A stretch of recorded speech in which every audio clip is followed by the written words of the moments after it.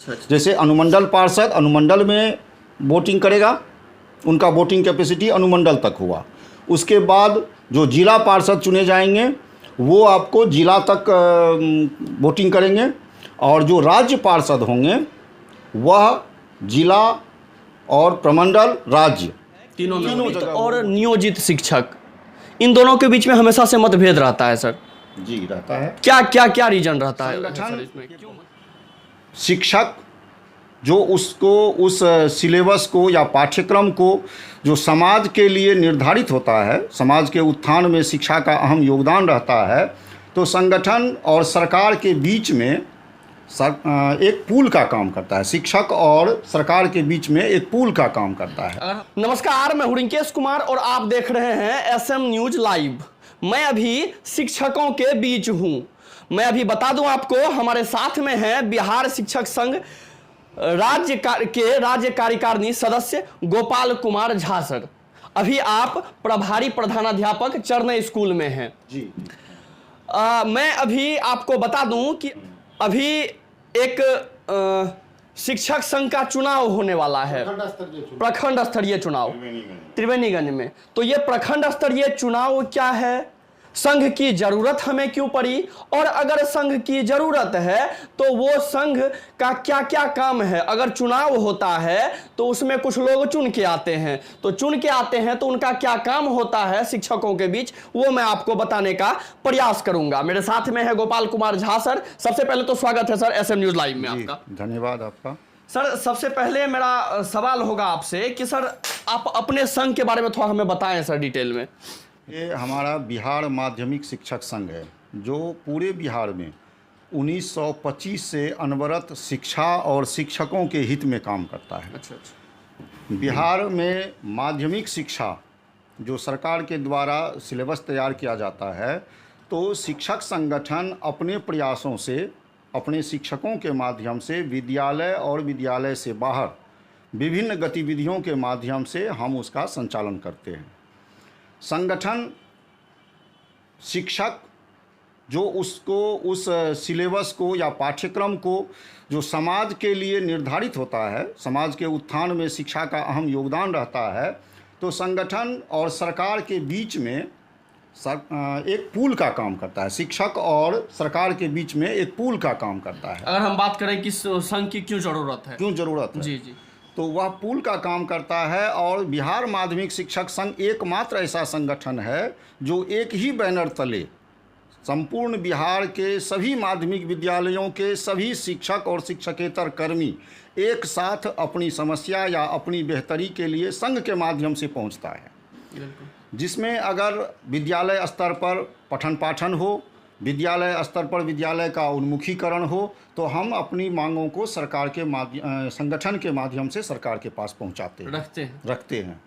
और सरकार, हमारा शिक्षक प्रतिनिधि भी विधान परिषद में बैठते हैं, वहाँ उसका भी चुनाव होता है। अच्छा। और वो शिक्षक प्रतिनिधि शिक्षक संघ के मांगों के आलोक में सरकार के पास अपनी मांग को पहुँचाते हैं।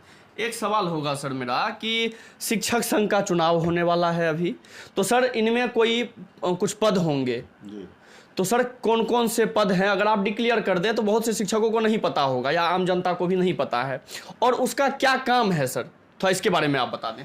देखिए, हमारे इसमें ऐसे भी हैं जो कि नए शिक्षक हैं जी जी, जिनकी बहाली 15 में, अभी 15 के बाद पहला चुनाव हो रहा है। बिल्कुल।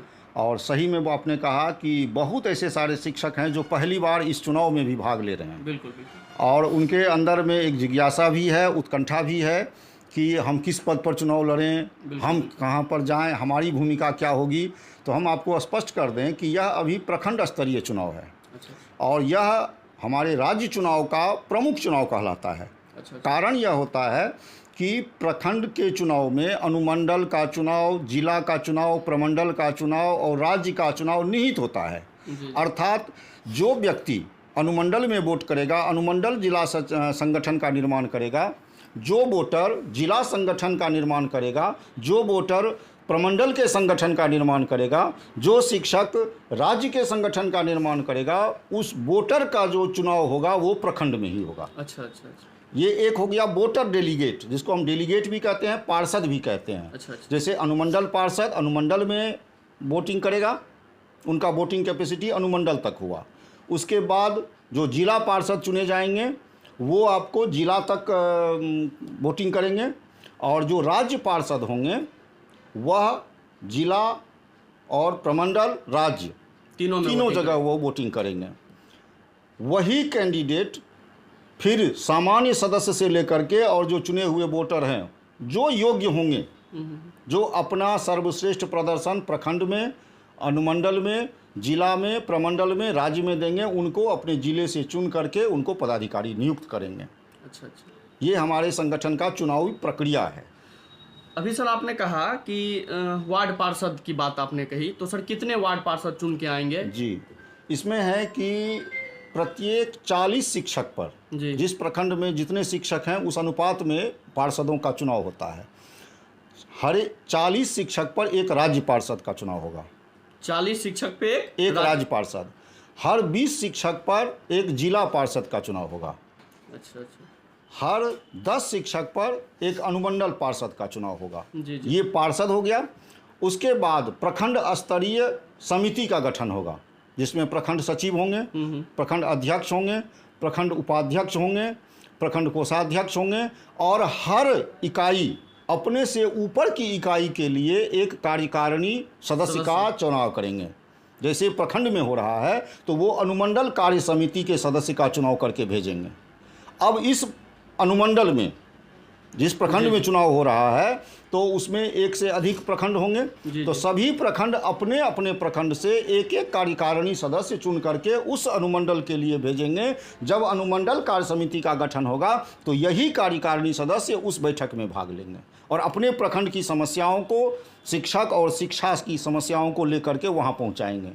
अनुमंडल वाला जब अपना गठन करेगा तो जिला कार्य समिति के सदस्य का चुनाव करेगा, और जिला में जब बैठक होगी तो उस अनुमंडल की समस्या को एक जगह लेकर के वह जिला जाएंगे। और जिला में जब कार्य समिति का गठन होगा, जिला में जब चुनाव होगा तो प्रमंडल, अच्छा प्रमंडल और राज्य दोनों के लिए अपनी कार्य समिति सदस्य का चुनाव करके वहां भेजेंगे।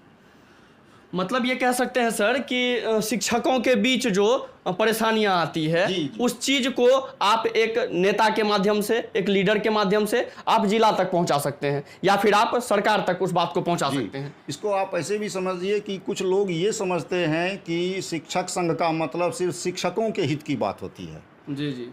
जबकि बिहार माध्यमिक शिक्षक संघ एकमात्र ऐसा संगठन है कि हमारा जो सिस्टम है वह विद्यालय से लेकर के राज्य सरकार तक जुड़ा हुआ है। जैसे आपको हम बता दें कि हमारा अभी जो शिक्षक प्रतिनिधि है माननीय संजीव कुमार सिंह MLC हैं, जो हमारे माध्यमिक और उच्च माध्यमिक शिक्षकों के द्वारा चुने हुए हमारे जनप्रतिनिधि हैं। माननीय केदारनाथ पांडे हैं जो अभी हमारे राज्य के महासचिव हैं, अध्यक्ष हैं। अच्छा। और वो भी हमारे द्वारा चुने हुए प्रतिनिधि हैं। हम अपनी समस्या को और उसका समाधान, सुझाव भी यहाँ से तैयार करके विद्यालय स्तर पर विद्यालय में क्या अच्छा हो सकता है यह सुझाव भी देते, शिक्षा को लेकर पूरा जी। तो और उसी के आलोक में वहाँ से योजनाएं बनती है जो विद्यालय स्तर पर फिर पहुँचता है। विद्यालय में अगर हमें खेलकूद का अभाव है सामान का, तो ये मैसेज जाता है, वहाँ से खेलकूद का सामान आपूर्ति किया जाता है। अच्छा। अगर हमारे यहाँ पठन पाठन में किसी भी प्रकार की कंप्यूटर कक्ष की कमी है तो यहाँ से जाएगा, तो इस बार योजना आएगा कि कंप्यूटर कक्ष सब विद्यालय को मिलेगा।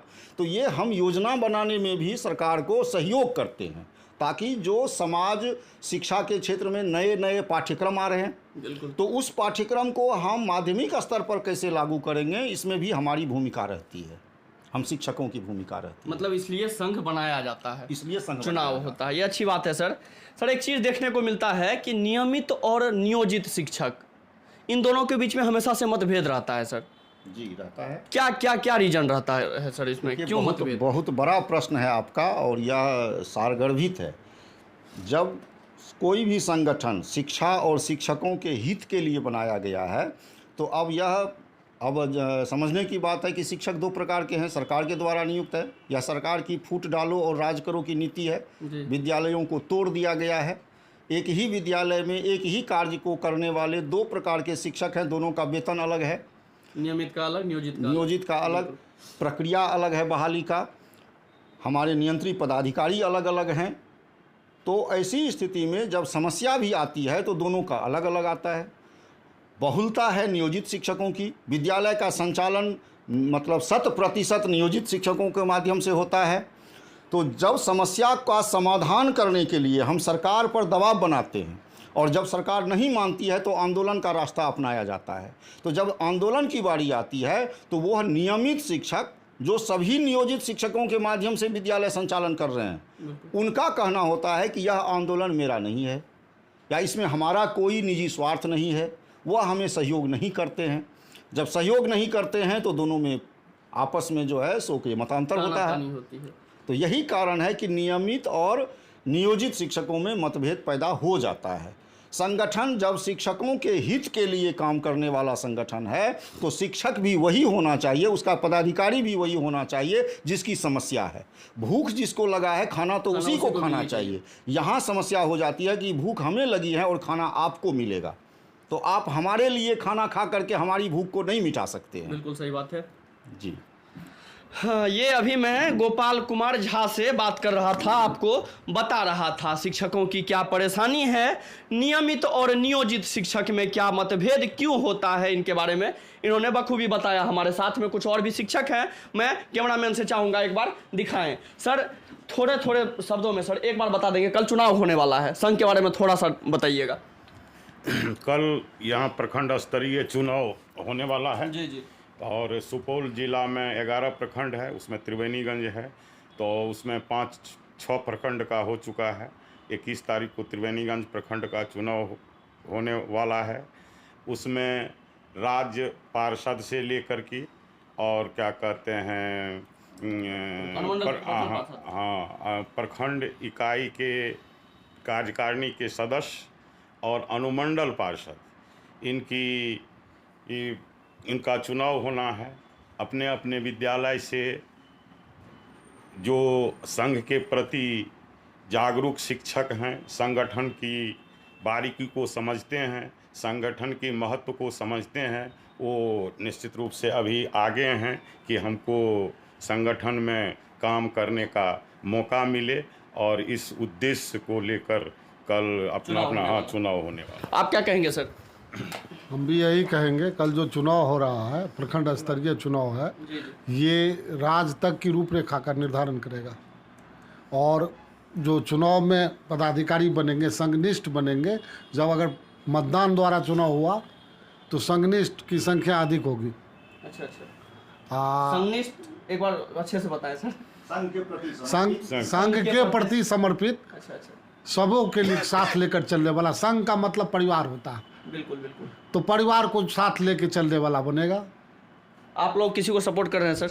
नहीं, हम लोग तो संघ के साथ है और संघ के साथ हैं। संघ के साथ है और जो अच्छे उम्मीदवार हैं उनको सपोर्ट कर रहे हैं। बिल्कुल बिल्कुल। और भी शिक्षक हैं, मैं शॉर्ट में आपको बताना चाहूँगा सीधा कि ये बिल्कुल यही बात है कि संघ का चुनाव इसलिए होता है कि यहाँ के बातों को राज्य सरकार तक पहुँचाया कैसे जाए, तो एक मीडियम बनता है संघ। ये इन्होंने सर ने बताया और सर से भी आप जाने कि क्यों हमें इसकी ज़रूरत और कल चुनाव किस बेसिस पे होने वाला है। बाकी आप आपको अगर समझ में नहीं आ रहा हो कि क्यों चुनाव है, किस चीज़ की ये जो पद होता है वो पद की क्या भूमिका होती है, तो बाकी आप ये वीडियो देख सकते हैं, आपको समझ में आ जाएगा। मैं हूं रिंकेश, आप देख रहे थे असम न्यूज़। धन्यवाद।